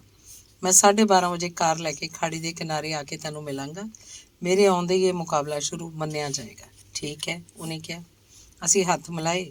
ਮੈਂ ਉਹਦੇ ਚੰਗੇ ਭਾਗਾਂ ਦੀ ਕਾਮਨਾ ਕੀਤੀ। ਉਹਦੇ ਜਾਣ ਤੋਂ ਮਗਰੋਂ ਆਪਣਾ ਕੰਮ ਪੂਰਾ ਕਰਕੇ ਮੈਂ ਤਾਰੂਕ ਦੀ ਖਾੜੀ ਦੇ ਕਿਨਾਰੇ ਪਹੁੰਚ ਗਿਆ, ਪਰ ਮੇਰਾ ਜਾਣਾ ਵਿਅਰਥ ਹੀ ਰਿਹਾ। ਕਿਉਂ? ਮੈਂ ਪੁੱਛਿਆ। ਕਿ ਉਹ ਆਖਰੀ ਮੌਕੇ 'ਤੇ ਆਪਣੇ ਵਾਅਦੇ ਤੋਂ ਮੁੱਕਰ ਗਿਆ? ਨਹੀਂ, ਉਹ ਆਪਣੇ ਵਾਅਦੇ ਤੋਂ ਮੁੱਕਰਿਆ ਨਹੀਂ ਸੀ। ਉਹ ਆਇਆ ਸੀ ਤੇ ਉਹਨੇ ਠੀਕ ਵਕਤ ਉੱਤੇ ਤੈਰਨਾ ਸ਼ੁਰੂ ਕਰ ਦਿੱਤਾ ਸੀ, ਪਰ ਉਹ ਖਾੜੀ ਦੀਆਂ ਤੇਜ਼ ਝਾਲਾਂ ਦਾ ਸਾਹਮਣਾ ਕਰਨ ਤੋਂ ਅਸਮਰਥ ਰਿਹਾ। ਸ਼ਾਇਦ ਬਹੁਤ ਜ਼ਿਆਦਾ ਪੀਣ ਨਾਲ ਉਹਦਾ ਸਰੀਰ ਨਸ਼ਟ ਹੋ ਗਿਆ ਸੀ। ਉਹਦੀ ਲਾਸ਼ ਸਾਨੂੰ 3 ਦਿਨਾਂ ਤੋਂ ਮਗਰੋਂ ਹੀ ਪ੍ਰਾਪਤ ਹੋਈ। ਇੱਕ ਜ਼ਬਰਦਸਤ ਧੱਕਾ ਲੱਗਿਆ ਮੈਨੂੰ ਇਹ ਸੁਣ ਕੇ। ਕੁਝ ਸੰਭਲ ਕੇ ਮੈਂ ਬਰਟਨ ਨੂੰ ਪੁੱਛਿਆ, ਇੱਕ ਗੱਲ ਦੱਸੋ, ਜਦੋਂ ਤੁਸੀਂ ਉਹਦੇ ਸਾਹਮਣੇ ਤੈਰਾਕੀ ਮੁਕਾਬਲੇ 'ਚ ਜਿੱਤ ਕੇ ਨੌਕਰੀ ਪ੍ਰਾਪਤ ਕਰਨ ਦੀ ਪੇਸ਼ਕਸ਼ ਰੱਖੀ ਸੀ, ਤਦ ਕੀ ਤੁਹਾਨੂੰ ਪੱਕਾ ਪਤਾ ਸੀ ਕਿ ਉਹ ਇਸ ਮੁਕਾਬਲੇ 'ਚ ਸਫਲ ਨਹੀਂ ਹੋ ਸਕੇਗਾ ਤੇ ਖਾੜੀ 'ਚ ਡੁੱਬ ਜਾਏਗਾ? ਬਰਟਨ ਆਪਣੀ ਜਾਣੀ ਪਛਾਣੀ ਆਕਰਸ਼ਕ ਮੁਸਕਰਾਹਟ ਦੇ ਨਾਲ ਆਪਣੀਆਂ ਕਿਰਪਾਲੂ ਨਜ਼ਰਾਂ ਨਾਲ ਮੈਨੂੰ ਦੇਖਦੇ ਹੋਏ ਬੋਲਿਆ, ਸੱਚ ਇਹ ਹੈ ਕਿ ਉਸ ਵਕਤ ਮੇਰੇ ਦਫ਼ਤਰ 'ਚ ਕੋਈ ਜਗ੍ਹਾ ਖਾਲੀ ਨਹੀਂ ਸੀ। ਧੰਨਵਾਦ। ਅਗਲੀ ਅੰਗਰੇਜ਼ੀ ਕਹਾਣੀ ਅਧੂਰਾ ਪ੍ਰੇਮ ਲਾਰੈਂਸ ਸਟ੍ਰੇਟ ਦੁਆਰਾ ਲਿਖੀ ਗਈ ਹੈ। ਸਿੰਗਲ ਟੈਨਿਸ ਵਿੱਚ ਪਹਿਲੇ ਨੰਬਰ ਉੱਤੇ ਆਉਣ ਮਗਰੋਂ ਮੈਨੂੰ ਕਿਸੇ ਔਰਤ ਸਾਥੀ ਦੀ ਲੋੜ ਸੀ। ਜੂਲੀ ਨੇ ਮੇਰੀ ਪਾਰਟਨਰ ਬਣਨ ਦਾ ਫੈਸਲਾ ਕੀਤਾ ਤਾਂ ਮੈਂ ਉਹਦੀ ਪੇਸ਼ਕਸ਼ ਨੂੰ ਰੱਦ ਨਾ ਕਰ ਸਕਿਆ, ਕਿਉਂਕਿ ਉਹ ਨਿਰਸੰਦੇਹ ਚੰਗੀ ਖਿਡਾਰਨ ਸੀ। ਅਸੀਂ ਦੋਹਾਂ ਨੇ ਡਬਲਸ ਟੈਨਿਸ ਚੈਂਪੀਅਨਸ਼ਿਪ ਜਿੱਤ ਲਈ ਤਾਂ ਸਾਡੀ ਮਿੱਤਰਤਾ ਹੋਰ ਪੱਕੀ ਹੋ ਗਈ। ਉਹ ਖਾਂਦੇ ਪੀਂਦੇ ਪਰਿਵਾਰ ਦੀ ਕੁੜੀ ਸੀ। ਮੁਕਾਬਲਾ ਜਿੱਤਣ ਤੋਂ ਮਗਰੋਂ ਮੈਨੂੰ ਆਪਣੀ ਗੱਡੀ 'ਚ ਘਰ ਤੱਕ ਛੱਡਣ ਆਈ, ਪਰ ਇਹਦੇ ਬਾਵਜੂਦ ਮੇਰੇ ਤੇ ਉਹਦੇ ਸਬੰਧ ਹੁਣ ਤੱਕ ਸਿਰਫ ਦੋਸਤਾਂ ਵਰਗੇ ਹੀ ਸੀ। ਡੋਰੀਨ ਨੇ ਮੇਰੇ ਨਾਲ ਜੂਲੀ ਦੀ ਮਿੱਤਰਤਾ ਨੂੰ ਮਹਿਸੂਸ ਕੀਤਾ, ਪਰ ਸਾਡੀ ਟੈਨਿਸ ਪਾਰਟਨਰਸ਼ਿਪ ਦੇ ਕਾਰਨ ਚੁੱਪ ਰਹੀ। ਜਦਕਿ ਮੈਂ ਤੇ ਡੋਰੀਨ ਮਾਨਸਿਕ ਤੌਰ ਤੇ ਇਕੱਠੀ ਜ਼ਿੰਦਗੀ ਬਤੀਤ ਕਰਨ ਦਾ ਫੈਸਲਾ ਵੀ ਕਰ ਚੁੱਕੇ ਸੀ, ਤਦ ਵੀ ਅਸੀਂ ਇਸ ਵਿਸ਼ੇ ਉੱਤੇ ਖੁੱਲ੍ਹ ਕੇ ਗੱਲ ਨਹੀਂ ਕੀਤੀ ਸੀ। ਸਿੱਖਿਆ ਪੂਰੀ ਕਰਨ ਤੋਂ ਮਗਰੋਂ ਡੋਰੀਨ ਤੇ ਮੈਨੂੰ ਦੋਵਾਂ ਨੂੰ ਬੈਂਕ ਦੀ ਇੱਕ ਬ੍ਰਾਂਚ ਵਿੱਚ ਨੌਕਰੀ ਮਿਲ ਗਈ। ਇਹਨੂੰ ਵੀ ਸੰਯੋਗ ਕਿਹਾ ਜਾ ਸਕਦਾ ਹੈ ਕਿ ਅਸੀਂ ਦੋਵੇਂ ਇੱਕ ਹੀ ਲੇਜ਼ਰ ਤੇ ਕੰਮ ਕਰਦੇ ਸੀ। ਸਵੇਰੇ ਅਸੀਂ ਇਕੱਠੇ ਦਫ਼ਤਰ ਜਾਂਦੇ, ਇਕੱਠੇ ਹੀ ਵਾਪਸ ਆਉਂਦੇ। ਡੋਰੀਨ ਨੇ ਵੀ ਟੈਨਿਸ 'ਚ ਮੇਰੀ ਦੀਵਾਨਗੀ ਦੀ ਹੱਦ ਤੱਕ ਦਿਲਚਸਪੀ ਨੂੰ ਚੰਗੀ ਤਰ੍ਹਾਂ ਮਹਿਸੂਸ ਕਰ ਲਿਆ ਸੀ। ਉਹ ਮੈਨੂੰ ਹੋਰ ਪ੍ਰੈਕਟਿਸ ਕਰਨ ਵਿੱਚ ਸੰਭਵ ਮਦਦ ਦਿੰਦੀ ਸੀ। ਜਦੋਂ ਮੈਂ ਗਰਾਊਂਡ ਟੈਨਿਸ ਦੇ ਮੁਕਾਬਲਿਆਂ ਦੇ ਲਈ ਪ੍ਰੈਕਟਿਸ ਕਰ ਰਿਹਾ ਹੁੰਦਾ ਤਾਂ ਡੋਰੀਨ ਨੂੰ ਬੈਂਕ ਵਿੱਚ ਆਪਣੇ ਤੋਂ ਬਿਨਾਂ ਮੇਰੇ ਹਿੱਸੇ ਦਾ ਕੰਮ ਵੀ ਕਰਨਾ ਪੈਂਦਾ, ਪਰ ਉਹ ਆਉਣ ਵਾਲੇ ਦਿਨਾਂ ਦੇ ਬਾਰੇ 'ਚ ਹੁਣ ਵੀ ਆਸਵੰਦ ਸੀ ਤੇ ਇੱਕ ਅਗਿਆਤ ਖੁਸ਼ੀ ਉਹਦੇ ਚਿਹਰੇ ਉੱਤੇ ਦੇਖੀ ਜਾ ਸਕਦੀ ਸੀ। ਉਸ ਸਾਲ ਟੈਨਿਸ ਦੇ ਮੁਕਾਬਲੇ ਸਾਡੇ ਸ਼ਹਿਰ ਵਿੱਚ ਹੀ ਕਰਵਾਏ ਜਾ ਰਹੇ ਸੀ। ਜੂਲੀ ਵੀ ਉਸ 'ਚ ਭਾਗ ਲੈਣ ਲਈ ਆ ਰਹੀ ਸੀ। ਕੁਝ ਮਹੀਨੇ ਪਹਿਲਾਂ ਮੇਰੀ ਮਾਂ ਸੁਰਗਵਾਸ ਹੋ ਗਈ ਸੀ, ਜਿਸ ਕਰਕੇ ਮੈਂ ਘਰ 'ਚ ਇਕੱਲਾ ਹੀ ਸੀ। ਸਾਡੀ ਬਸਤੀ 'ਚ ਰਹਿਣ ਵਾਲੇ ਲੋਕ ਜ਼ਰਾ ਰੂੜੀਵਾਦੀ ਸਨ। ਫਿਰ ਡੋਰੀਨ ਦੇ ਰੁਸੇਵੇਂ ਦੇ ਭੈ ਤੋਂ ਵੀ ਜੂਲੀ ਨੂੰ ਡੋਰੀਨ ਦੇ ਘਰ ਰੱਖਣ ਦਾ ਫੈਸਲਾ ਕੀਤਾ। ਡੋਰੀਨ ਨੇ ਮੇਰੇ ਮੁਕਾਬਲੇ ਟੈਨਿਸ 'ਚ ਹੁਣ ਵੱਧ ਰੁਚੀ ਲੈਣੀ ਸ਼ੁਰੂ ਕਰ ਦਿੱਤੀ। ਸ਼ਾਇਦ ਇਸ ਲਈ ਕਿ ਉਨੀ ਦਿਨੀ ਮੈਂ ਜਾਣੇ ਅਣਜਾਣੇ 'ਚ ਘੰਟਿਆਂ ਬੱਧੀ ਟੈਨਿਸ ਦੀਆਂ ਗੱਲਾਂ ਕਰਦਾ ਰਹਿੰਦਾ ਸੀ। ਫਿਰ ਜੂਲੀ ਦੀ ਹਾਜ਼ਰੀ 'ਚ ਟੈਨਿਸ ਹੀ ਅਜਿਹਾ ਵਿਸ਼ਾ ਸੀ ਜਿਸ ਉੱਤੇ ਅਸੀਂ ਅਥੱਕ ਹੀ ਗੱਲਬਾਤ ਕਰ ਸਕਦੇ ਸੀ।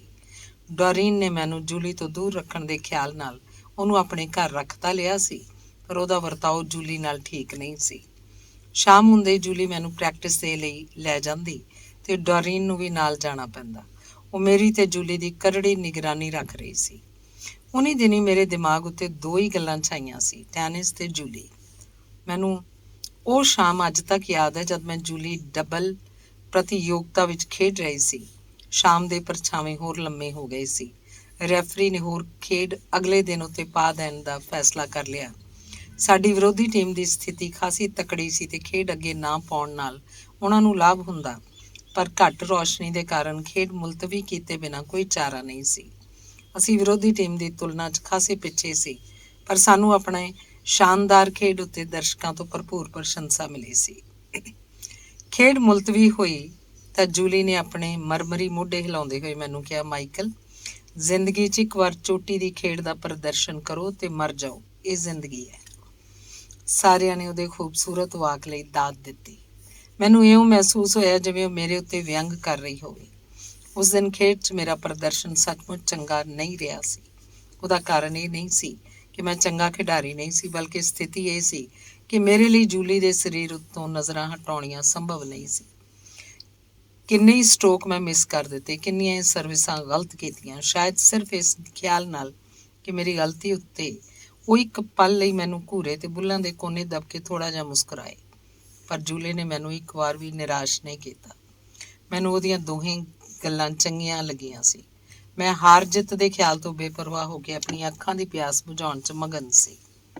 ਟੈਨਿਸ ਕੋਰਟ ਦੇ ਬਾਹਰ ਦਰਸ਼ਕਾਂ 'ਚ ਘਿਰੀ ਡੋਰੀਨ ਨਿਸ਼ਚੇ ਹੀ ਮੇਰੀਆਂ ਇਹਨਾਂ ਹਰਕਤਾਂ ਉੱਤੇ ਤਿਲ ਮਿਲਾਉਂਦੀ ਰਹੀ ਸੀ, ਕਿਉਂਕਿ ਜਦ ਮੈਂ ਜੂਲੀ ਦੇ ਨਾਲ ਕੋਰਟ ਤੋਂ ਬਾਹਰ ਆਇਆ ਤਾਂ ਉਹਨੇ ਜੂਲੀ ਦੇ ਹੱਥਾਂ 'ਚ ਦੱਬਿਆ ਹੋਇਆ ਮੇਰਾ ਹੱਥ ਛੁਡਾ ਕੇ ਜ਼ਾਹਰ ਤੌਰ 'ਤੇ ਸ਼ਰਧਾ ਨਾਲ ਫੜ ਲਿਆ। ਪਰ ਦੂਸਰੇ ਪਲ ਮੇਰੇ ਹੱਥ ਉੱਤੇ ਇਸ ਜ਼ੋਰ ਨਾਲ ਨਹੁੰ ਖਵੋਇਆ ਕਿ ਜੇ ਜੂਲੀ ਦਾ ਖਿਆਲ ਨਾ ਹੁੰਦਾ ਤਾਂ ਹਜ਼ਾਰਾਂ ਲੋਕਾਂ ਦੇ ਸਾਹਮਣੇ ਚੀਕ ਉੱਠਦਾ। ਅਗਲੇ ਦਿਨ ਅਸੀਂ ਖੇਡ ਨਹੀਂ ਸਕੇ, ਇਸ ਲਈ ਕਿ ਉਸੇ ਰਾਤ ਜੂਲੀ ਇਸ ਸੰਸਾਰ ਤੋਂ ਕੂਚ ਕਰ ਗਈ ਸੀ। ਉਹਦਾ ਸੁਨਹਿਰੀ ਮੁਰਦਾ ਸਰੀਰ ਇੱਕ ਹੋਟਲ ਦੇ ਸਵਿਮਿੰਗ ਪੂਲ 'ਚੋਂ ਮਿਲਿਆ। ਉਹਦੇ ਸਿਰ ਉੱਤੇ ਡੂੰਘੇ ਜ਼ਖਮ ਦਾ ਨਿਸ਼ਾਨ ਸੀ, ਜਿਵੇਂ ਗੋਤਾ ਲਾਉਣ ਮਗਰੋਂ ਉੱਤੇ ਆਉਣ ਵੇਲੇ ਸੱਟ ਵੱਜੀ ਹੋਵੇ। ਜੂਲੀ ਦੀ ਮੌਤ ਨੂੰ ਅਚਾਨਕ ਦੁਰਘਟਨਾ ਕਰਾਰ ਦੇ ਦਿੱਤਾ ਗਿਆ ਸੀ। ਮੈਨੂੰ ਪਹਿਲੀ ਵਾਰ ਪਤਾ ਚੱਲਿਆ ਕਿ ਡੋਰੀਨ ਦੀ ਤਰ੍ਹਾਂ ਉਹ ਵੀ ਤੈਰਾਕੀ ਦਾ ਸ਼ੌਕ ਰੱਖਦੀ ਸੀ। ਮੈਨੂੰ ਇਹ ਮਹਿਸੂਸ ਹੁੰਦਾ ਸੀ ਜਿਵੇਂ ਮੈਂ ਅਣਜਾਣਪੁਣੇ 'ਚ ਕੋਈ ਜੁਰਮ ਕੀਤਾ ਹੈ। ਅਗਲੀ ਸਵੇਰ ਵਾਲੀ ਗੱਲ ਖੁੱਲ੍ਹ ਕੇ ਸਾਹਮਣੇ ਆ ਗਈ। ਜੂਲੀ ਦੀ ਮੌਤ ਨੇ ਡੋਰੀਨ ਤੋਂ ਬਿਨਾਂ ਸਾਰਿਆਂ ਨੂੰ ਬੁਰੀ ਤਰ੍ਹਾਂ ਰੁਆ ਦਿੱਤਾ। ਮੇਰੇ ਦਿਲ ਦਿਮਾਗ ਜਵਾਬ ਦੇ ਗਏ। ਮੈਂ ਮਹੀਨਾ ਭਰ ਬਿਸਤਰੇ 'ਤੇ ਪਿਆ ਰਿਹਾ। ਨਿਰੋਗ ਹੋਣ ਤੋਂ ਬਾਅਦ ਮੈਂ ਇੱਕ ਦੋ ਵਾਰ ਟੈਨਿਸ ਖੇਡੀ, ਪਰ ਹੁਣ ਮੇਰੇ ਲਈ ਇਸ ਵਿੱਚ ਕੋਈ ਖਿੱਚ ਬਾਕੀ ਨਹੀਂ ਰਹੀ ਸੀ। ਦੂਜਾ ਮਹਾਂਯੁੱਧ ਸ਼ੁਰੂ ਹੋਇਆ ਤਾਂ ਮੈਂ ਫੌਜ 'ਚ ਭਰਤੀ ਹੋ ਗਿਆ। ਉਨੀ ਦਿਨੀ ਡੋਰੀਨ ਨੇ ਦੱਸਿਆ ਕਿ ਮੇਰੇ ਬੱਚੇ ਦੀ ਮਾਂ ਬਣਨ ਵਾਲੀ ਹੈ। ਮੈਂ ਵਿਸ਼ਵਾਸ ਕਰ ਲਿਆ, ਇਸ ਲਈ ਅਸੀਂ ਵਿਆਹ ਵੀ ਕਰ ਲਿਆ। 6 ਮਹੀਨੇ ਮਗਰੋਂ ਜਦੋਂ ਮੈਂ ਘਰ ਗਿਆ ਤਾਂ ਇਹ ਦੇਖ ਕੇ ਹੈਰਾਨੀ ਦੀ ਕੋਈ ਹੱਦ ਨਾ ਰਹੀ ਕਿ ਡੋਰੀਨ ਟੈਨਿਸ ਦੀ ਪ੍ਰੈਕਟਿਸ ਕਰ ਰਹੀ ਸੀ। ਉਹਨੇ ਮੈਨੂੰ ਵੀ ਟੈਨਿਸ ਖੇਡਣ ਦਾ ਸੱਦਾ ਦਿੱਤਾ। ਇਹੀ ਨਹੀਂ, ਉਹਨੇ ਮੈਨੂੰ ਦੱਸਿਆ ਕਿ ਉਹ ਟੈਨਿਸ ਦੀ ਪ੍ਰੈਕਟਿਸ ਦੇ ਲਈ ਨਿਯਮਿਤ ਰੂਪ 'ਚ ਕਲੱਬ ਜਾਂਦੀ ਹੈ। ਮੈਂ ਟੈਨਿਸ ਖੇਡਣ ਤੋਂ ਜਵਾਬ ਦੇ ਦਿੱਤਾ ਤਾਂ ਉਹਨੇ ਮੇਰੀ ਬਾਂਹ ਫੜ ਲਈ, ਉਸੇ ਤਰ੍ਹਾਂ ਜਿਵੇਂ ਜੂਲੀ ਫੜਿਆ ਕਰਦੀ ਸੀ। ਇਹੀ ਨਹੀਂ, ਉਹਨੇ ਰੋਜ਼ ਦੇ ਉਲਟ ਮੈਨੂੰ ਮੈਕੀ ਦੀ ਬਜਾਏ ਮਾਈਕਲ ਕਹਿ ਕੇ ਬੁਲਾਇਆ। ਜੂਲੀ ਵੀ ਮੈਨੂੰ ਹਮੇਸ਼ਾ ਮਾਈਕਲ ਹੀ ਕਿਹਾ ਕਰਦੀ ਸੀ।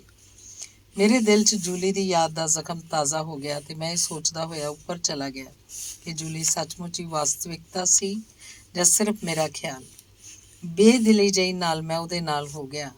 ਮੈਂ ਪੈਵੀਲੀਅਨ 'ਚ ਖੇਡ ਦੇ ਲਈ ਤਿਆਰ ਹੋ ਰਿਹਾ ਸੀ ਤੇ ਡੋਰੀਨ ਇੱਕ ਤੀਵੀਂ ਤੇ ਇੱਕ ਆਦਮੀ ਦੇ ਨਾਲ ਖੇਡ ਵਿੱਚ ਮਸਤ ਸੀ। ਉਹਨਾਂ ਨੂੰ ਚੌਥੇ ਖਿਡਾਰੀ ਦੀ ਜ਼ਰੂਰਤ ਸੀ, ਜੋ ਨਿਸ਼ਚੇ ਹੀ ਮੈਂ ਸੀ। ਮੈਂ ਪੈਵੀਲੀਅਨ ਦੇ ਸ਼ੀਸ਼ੇ 'ਚੋਂ ਟੈਨਿਸ ਕੋਰਟ ਵੱਲ ਦੇਖਿਆ। ਮੈਨੂੰ ਇਉਂ ਮਹਿਸੂਸ ਹੋਇਆ ਜਿਵੇਂ ਜੂਲੀ ਦੋ ਖਿਡਾਰੀਆਂ ਨਾਲ ਪ੍ਰੈਕਟਿਸ ਕਰ ਰਹੀ ਹੋਵੇ। ਮੈਂ ਬਾਹਰ ਨਿਕਲ ਕੇ ਸਿੱਧਾ ਕੋਰਟ 'ਚ ਪਹੁੰਚਿਆ। ਦੇਖਿਆ ਉਹ ਜੂਲੀ ਨਹੀਂ, ਡੋਰੀਨ ਸੀ। ਡੋਰੀਨ ਮੇਰੀ ਪਾਰਟਨਰ ਬਣ ਗਈ। ਕਲੱਬ 'ਚ ਬਹੁਤੀ ਭੀੜ ਨਹੀਂ ਸੀ। ਡੋਰੀਨ ਦਾ ਖੇਡਣ ਦਾ ਅੰਦਾਜ਼ 100% ਜੂਲੀ ਜਿਹਾ ਹੀ ਸੀ। ਅਸੀਂ ਜਿੱਤ ਗਏ, ਪਰ ਮੈਨੂੰ ਕੋਈ ਖੁਸ਼ੀ ਨਹੀਂ ਹੋਈ। ਘਰ ਪਹੁੰਚ ਕੇ ਮੈਂ ਡੋਰੀਨ ਨੂੰ ਚਾਹ ਬਣਾਉਣ ਲਈ ਕਿਹਾ ਤਾਂ ਉਹ ਵਿਗੜ ਗਈ ਤੇ ਉਹਨੇ ਸਾਫ਼ ਜਵਾਬ ਦੇ ਦਿੱਤਾ। ਮੈਂ ਉਹਨੂੰ ਯਾਦ ਦਿਵਾਇਆ ਕਿ 6 ਮਹੀਨੇ ਪਹਿਲਾਂ ਤਾਂ ਤੂੰ ਚੰਗੀ ਖਾਸੀ ਗ੍ਰਸਤਨ ਤੀਵੀਂ ਸੀ। ਫਿਰ ਇਹ ਅਚਾਨਕ ਕੀ ਹੋ ਗਿਆ? ਇਸ ਉੱਤੇ ਉਹ ਆਕੜ ਕੇ ਬੋਲੀ, ਤੈਨੂੰ ਗ੍ਰਸਤਨ ਨਹੀਂ ਪਾਰਟਨਰਸ ਚਾਹੀਦੀ ਹੈ। ਹੁਣ ਮੈਂ ਵੀ ਚੰਗੀ ਟੈਨਿਸ ਖੇਡ ਸਕਦੀ ਹਾਂ। ਮੈਂ ਤੇਰੀ ਖਾਤਰ ਸਾਰਾ ਧਿਆਨ ਟੈਨਿਸ ਵੱਲ ਦੇਣਾ ਸ਼ੁਰੂ ਕਰ ਦਿੱਤਾ ਹੈ। ਫਿਰ ਉਹਨੇ ਬੇਪਰਵਾਹੀ ਨਾਲ ਮੇਜ਼ ਉੱਤੇ ਆਪਣੇ ਪੈਰ ਰੱਖ ਕੇ ਸਿਗਰਟ ਪੀਣੀ ਸ਼ੁਰੂ ਕਰ ਦਿੱਤੀ ਤੇ ਮੈਨੂੰ 2 ਕੱਪ ਚਾਹ ਬਣਾ ਕੇ ਲਿਆਉਣ ਨੂੰ ਕਿਹਾ। ਗੁੱਸੇ 'ਚ ਮੇਰਾ ਖੂਨ ਉਬਾਲੇ ਖਾਣ ਲੱਗਿਆ, ਜਿਸ ਕਰਕੇ ਮੈਂ ਵੀ ਕੋਰਾ ਜਵਾਬ ਦੇ ਦਿੱਤਾ। ਇਸ ਉੱਤੇ ਡੋਰੀਨ ਵੀ ਤੈਸ਼ 'ਚ ਆ ਗਈ। ਉਹਦੇ ਚਿਹਰੇ ਦਾ ਰੰਗ ਬਦਲ ਗਿਆ ਤੇ ਮੂੰਹ ਵੀ ਅਜੀਬ ਹੋ ਗਿਆ। ਅੱਖਾਂ 'ਚੋਂ ਅੰਗਾਰੇ ਵਰਨ ਲੱਗ ਪਏ। ਮੈਨੂੰ ਇਉਂ ਮਹਿਸੂਸ ਹੋਇਆ ਜਿਵੇਂ ਉਹ ਡੋਰੀਨ ਦੀ ਬਜਾਏ ਕਿਸੇ ਹੋਰ ਦੀਆਂ ਅੱਖਾਂ ਹੋਣ। ਮੈਂ ਹਿੰਮਤ ਕਰਕੇ ਕਹਿ ਦਿੱਤਾ, ਗੁੱਸੇ 'ਚ ਤਾਂ ਤੂੰ ਬਿਲਕੁਲ ਜੂਲੀ ਵਰਗੀ ਲੱਗਦੀ ਹੈ। ਜੂਲੀ ਜੂਲੀ ਜੂਲੀ, ਉਹ ਘਿਰਨਾ ਤੇ ਗੁੱਸੇ ਚੀਕੀ। ਮੇਰੇ ਸਾਹਮਣੇ ਬਾਰ-ਬਾਰ ਉਹਦਾ ਨਾਮ ਨਾ ਲਓ। ਮੈਨੂੰ ਉਹਦੇ ਨਾਮ ਤੋਂ ਨਫ਼ਰਤ ਹੈ। ਉਹ ਜਦ ਤੱਕ ਜਿਉਂਦੀ ਰਹੀ ਤੈਨੂੰ ਮੇਰੇ ਤੋਂ ਦੂਰ ਕਰਨ ਦਾ ਪੂਰਾ ਜ਼ੋਰ ਲਾਉਂਦੀ ਰਹੀ। ਹੁਣ ਮਰਨ ਤੋਂ ਮਗਰੋਂ ਵੀ ਤੂੰ ਉਹਨੂੰ ਨਹੀਂ ਭੁੱਲਿਆ। ਮੈਂ ਜੂਲੀ ਬਣਨ ਦੀ ਕੋਸ਼ਿਸ਼ ਕੀਤੀ ਤੇਰੀ ਖੁਸ਼ੀ ਦੇ ਲਈ। ਟੈਨਿਸ ਖੇਡਾਂ ਸਿੱਖਿਆ, ਫੇਰ ਵੀ ਤੈਨੂੰ ਪ੍ਰਾਪਤ ਨਹੀਂ ਕਰ ਸਕੀ। ਹਰਾਮਜ਼ਾਦੀ, ਤੈਰਾਕੀ ਸਿੱਖ ਕੇ ਤੈਨੂੰ ਹਮੇਸ਼ਾ ਲਈ ਮੈਥੋਂ ਖੋਹ ਲੈਣਾ ਚਾਹੁੰਦੀ ਸੀ, ਪਰ ਮੈਂ ਉਸ ਤੋਂ ਤੈਨੂੰ ਖੋਹ ਲਿਆ। ਡੋਰੀਨ ਉੱਤੇ ਪਾਗਲਪਨ ਸਵਾਰ ਸੀ। ਉਹ ਪਤਾ ਨਹੀਂ ਕੀ ਕਹਿ ਰਹੀ ਸੀ, ਪਰ ਮੈਂ ਇਹ ਸੋਚ ਰਿਹਾ ਸੀ ਕਿ ਉਹਨਾਂ ਦੋਹਾਂ ਵਿੱਚੋਂ ਮੇਰੇ ਪਿਆਰ ਦੀ ਅਸਲੀ ਹੱਕਦਾਰ ਕੌਣ ਸੀ। ਮੈਨੂੰ ਇਉਂ ਲੱਗਦਾ ਹੈ ਜਿਵੇਂ ਮੈਂ ਉਹਨਾਂ ਦੋਹਾਂ ਵਿੱਚੋਂ ਕਿਸੇ ਇੱਕ ਨੂੰ ਵੀ ਨਾ ਪਾ ਸਕਿਆ ਤੇ ਨਾ ਉਹ ਮੈਨੂੰ ਪ੍ਰਾਪਤ ਕਰਨ 'ਚ ਸਫਲ ਹੋ ਸਕੀਆਂ। ਧੰਨਵਾਦ। ਅਗਲੀ ਅੰਗਰੇਜ਼ੀ ਕਹਾਣੀ ਹੈ ਟੇਕ ਆਫ। ਲੇਖਕ ਡਰਮੋਟ ਮੈਕਨਾਲ। ਸਵੇਰ ਤੋਂ ਹੀ ਥੋੜ੍ਹੀ ਰੁਕ ਕੇ ਬਾਰਿਸ਼ ਹੋ ਰਹੀ ਸੀ। ਮੌਸਮ ਨੂੰ ਦੇਖਦੇ ਹੋਏ ਪ੍ਰਬੰਧਕਾਂ ਨੂੰ ਅੱਜ ਦੀ ਦੌੜ ਅੱਗੇ ਪਾ ਦੇਣੀ ਚਾਹੀਦੀ ਸੀ, ਪਰ ਦੌੜ ਹੋ ਰਹੀ ਸੀ। ਸਾਰੇ ਰੇਸ ਕੋਰਸ ਵਿੱਚ ਰੰਗ ਬਿਰੰਗੀਆਂ ਛਤਰੀਆਂ ਦੀ ਖੂਬਸੂਰਤੀ ਨਜ਼ਰ ਆ ਰਹੀ ਸੀ। ਹਵਾ ਕਾਫੀ ਠੰਡੀ ਸੀ ਤੇ ਤੇਜ਼ ਚੱਲ ਰਹੀ ਸੀ। ਮੇਰੀ ਰਗ-ਰਗ 'ਚ ਸਰਦੀ ਦੀਆਂ ਲਹਿਰਾਂ ਦੌੜ ਰਹੀਆਂ ਸਨ, ਪਰ ਉਹਦਾ ਅਸਲ ਕਾਰਨ ਠੰਡ ਨਹੀਂ ਬਲਕਿ ਨਿਰਾਸ਼ਾ ਸੀ। ਕੁਝ ਘੰਟੇ ਪਹਿਲਾਂ ਜਦ ਮੈਂ ਇੱਥੇ ਆਇਆ ਤਾਂ ਮੇਰਾ ਬਟੂਆ ਨੋਟਾਂ ਨਾਲ ਭਰਿਆ ਸੀ, ਪਰ ਹੁਣ ਤੱਕ ਮੈਂ 4 ਰੇਸਾਂ 'ਚ ਬੁਰੀ ਤਰ੍ਹਾਂ ਹਾਰ ਚੁੱਕਿਆ ਸੀ। ਸਿੱਧਾ ਜਿੱਤਣਾ ਤਾਂ ਇੱਕ ਪਾਸੇ, ਪਲੇਸਿੰਗ ਵਿੱਚ ਵੀ ਮੇਰਾ ਨੰਬਰ ਨਹੀਂ ਆ ਸਕਿਆ। ਨਿਰਾਸ਼ਾ ਦੇ ਕਾਲੇ ਬੱਦਲਾਂ 'ਚ ਮੈਨੂੰ ਅਚਾਨਕ ਆਸ ਦੀ ਕਿਰਨ ਦਿਖਾਈ ਦਿੱਤੀ।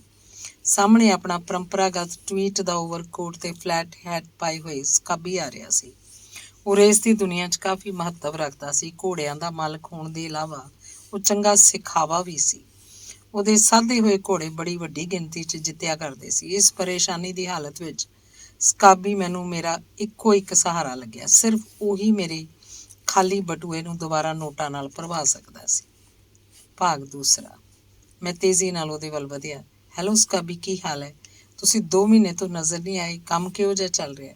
ਉਹਨੇ ਮੇਰੀ ਗੱਲ ਦਾ ਜਵਾਬ ਮੂੰਹ ਨਾਲ ਨਹੀਂ ਬਲਕਿ ਨੋਟਾਂ ਦੀ ਇੱਕ ਮੋਟੀ ਜਿਹੀ ਗੱਥੀ ਲਹਿਰਾ ਕੇ ਦਿੱਤਾ। ਉਹਦੀਆਂ ਅੱਖਾਂ ਦੀ ਚਮਕ ਅਸਾਧਾਰਨ ਸਫਲਤਾ ਨੂੰ ਪ੍ਰਗਟ ਕਰ ਰਹੀ ਸੀ। ਤੇ ਤੁਹਾਡਾ ਕੀ ਹਾਲ ਹੈ? ਉਹਨੇ ਮੁਸਕਰਾਉਂਦੇ ਹੋਏ ਪੁੱਛਿਆ। ਅੱਜ ਤੁਹਾਡੀ ਕਿਸਮਤ ਕਿਹੋ ਜਿਹੀ ਰਹੀ? ਬਹੁਤ ਭਿਆਨਕ, ਮੈਂ ਆਸ ਭਰੀਆਂ ਨਜ਼ਰਾਂ ਨਾਲ ਉਹਦੇ ਵੱਲ ਦੇਖਦੇ ਹੋਏ ਜਵਾਬ ਦਿੱਤਾ। ਕੀ ਤੁਸੀਂ ਮੇਰੀ ਮਦਦ ਕਰ ਸਕਦੇ ਹੋ? ਟੇਕ ਆਫ, ਉਹਨੇ ਲਾਪਰਵਾਹੀ ਨਾਲ ਕਿਹਾ। ਮੈਂ ਤੁਹਾਨੂੰ ਮਦਦ ਲਈ ਕਹਿ ਰਿਹਾ ਤੇ ਤੁਸੀਂ ਕਹਿ ਰਹੇ ਹੋ ਕਿ ਹਵਾ ਹੋ ਜਾਓ। ਮੇਰੇ ਬੋਲਾਂ 'ਚ ਨਾਰਾਜ਼ਗੀ ਸੀ। ਕਹਿੰਦੇ ਹੀ ਮੈਂ ਜਾਣ ਲਈ ਘੁੰਮ ਗਿਆ। ਓਹ ਠਹਿਰੋ, ਤੁਸੀਂ ਤਾਂ ਬਹੁਤ ਹੀ ਬੇਵਕੂਫ ਆਦਮੀ ਹੋ, ਉਹਨੇ ਮੈਨੂੰ ਰੋਕਦੇ ਹੋਏ ਕਿਹਾ। ਉਹ ਹੱਸ ਰਿਹਾ ਸੀ। ਟੇਕ ਆਫ ਮੇਰੇ ਘੋੜੇ ਦਾ ਨਾਂ ਹੈ ਜੋ ਅਗਲੀ ਰੇਸ 'ਚ ਦੌੜਨ ਵਾਲਾ ਹੈ। ਬਹੁਤ ਖੂਬ ਸਕਾਬੀ, ਮੈਂ ਹੱਸ ਪਿਆ। ਮੈਨੂੰ ਯਾਦ ਆਇਆ ਕਿ ਟੇਕ ਆਫ ਸੱਚਮੁੱਚ ਇੱਕ ਅੱਛਾ ਘੋੜਾ ਸੀ। ਸਕਾਬੀ ਦੇ ਬੋਲਾਂ 'ਚ ਭਰਪੂਰ ਵਿਸ਼ਵਾਸ ਸੀ। ਟੇਕ ਆਫ ਖੁਦ ਉਹਦਾ ਸਧਾਇਆ ਹੋਇਆ ਘੋੜਾ ਸੀ। ਇਸ ਦੌੜ ਵਿੱਚ ਕਈ ਅੱਛੇ ਘੋੜੇ ਦੌੜ ਰਹੇ ਹਨ, ਪਰ ਇਸ ਨਾਲ ਟੇਕ ਆਫ ਦੀ ਸਿਹਤ ਉੱਤੇ ਕੋਈ ਅਸਰ ਨਹੀਂ ਪਏਗਾ। ਆ ਜਾਓ। ਸਕਾਬੀ ਨੇ ਬੁਕਿੰਗ ਵਿੰਡੋ ਵੱਲ ਵੱਧਦੇ ਹੋਏ ਕਿਹਾ। ਇਸ ਵਕਤ ਦਾ ਭਾਅ ਬਹੁਤ ਅੱਛਾ ਹੈ, ਤੁਸੀਂ ਮੇਰੇ ਨਾਲ ਹੀ ਪੈਸੇ ਲਾ ਦਿਓ। ਜਿਵੇਂ ਜਿਵੇਂ ਰੇਸ ਦਾ ਵਕਤ ਨੇੜੇ ਆਉਂਦਾ ਜਾਏਗਾ ਭਾਅ ਵੀ ਡਿੱਗਦੇ ਜਾਣਗੇ। ਮੈਂ ਆਪਣੇ ਆਖਰੀ 100 ਪੌਂਡ ਸਕਾਬੀ ਦੀ ਸਲਾਹ ਦੀ ਭੇਟ ਕਰ ਦਿੱਤੀ। ਸਕਾਬੀ ਦਾ ਵਿਚਾਰ ਠੀਕ ਸੀ। ਮੈਂ 5-5 ਦੇ ਭਾਅ ਨਾਲ ਦਾ ਲਾਇਆ ਸੀ ਤੇ ਕੁਝ ਚਿਰ ਮਗਰੋਂ ਹੀ ਭਾਅ ਡਿੱਗਣੇ ਸ਼ੁਰੂ ਹੋ ਗਏ ਤੇ ਅੰਤ 'ਚ ਭਾਅ ਡਿੱਗ ਕੇ 4-7 ਤੱਕ ਪਹੁੰਚ ਗਿਆ। ਸਕਾਬੀ ਕਾਫੀ ਭਰੋਸੇ 'ਚ ਨਜ਼ਰ ਆ ਰਿਹਾ ਸੀ। ਮੇਰੇ ਨਾਲ ਪਰੇਡ ਰਿੰਗ ਤੱਕ ਚੱਲ ਰਹੇ? ਉਹਨੇ ਪੁੱਛਿਆ।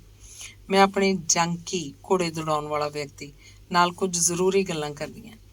ਪਰੇਡ ਰਿੰਗ 'ਚ ਪਹੁੰਚ ਕੇ ਸਕਾਬੀ ਨੇ ਸੁਰਖ ਵਾਲਾਂ ਵਾਲੇ ਦੁਬਲੇ ਪਤਲੇ ਜੰਕੀ ਨੂੰ ਅੰਤਿਮ ਹਦਾਇਤਾਂ ਦਿੱਤੀਆਂ। ਇਹ ਜੰਕੀ ਪਤਾ ਨਹੀਂ ਕਿਉਂ ਮੈਨੂੰ ਕੁਝ ਬੇਵਕੂਫ ਜਿਹਾ ਲੱਗਿਆ, ਪਰ ਸਕਾਬੀ ਦਾ ਕਹਿਣਾ ਸੀ ਕਿ ਜਿੰਜਰ ਤੋਂ ਚੰਗਾ ਜੰਕੀ ਇਸ ਵਕਤ ਪੂਰੇ ਇੰਗਲੈਂਡ 'ਚ ਨਹੀਂ ਹੈ। ਰੇਸ ਦਾ ਆਰੰਭ ਕੁਝ ਅੱਛਾ ਹੋਇਆ ਸੀ। ਮੀਂਹ ਸਵੇਰ ਦਾ ਪੈ ਰਿਹਾ ਸੀ। ਟਰੈਕ 'ਚ ਚਿੱਕੜ ਹੋ ਗਿਆ ਸੀ। ਘੋੜਿਆਂ ਦੇ ਦੌੜਨ ਨਾਲ ਇੰਨਾ ਚਿੱਕੜ ਉੱਡ ਰਿਹਾ ਸੀ ਕਿ ਕੁਝ ਹੀ ਚਿਰ ਮਗਰੋਂ ਸਾਰੇ ਘੋੜੇ ਆਪਣੇ ਜਾਂਕੀਆਂ ਸਮੇਤ ਚਿੱਕੜ ਨਾਲ ਲੱਥ-ਪੱਥ ਦਿਖਾਈ ਦੇ ਰਹੇ ਸੀ।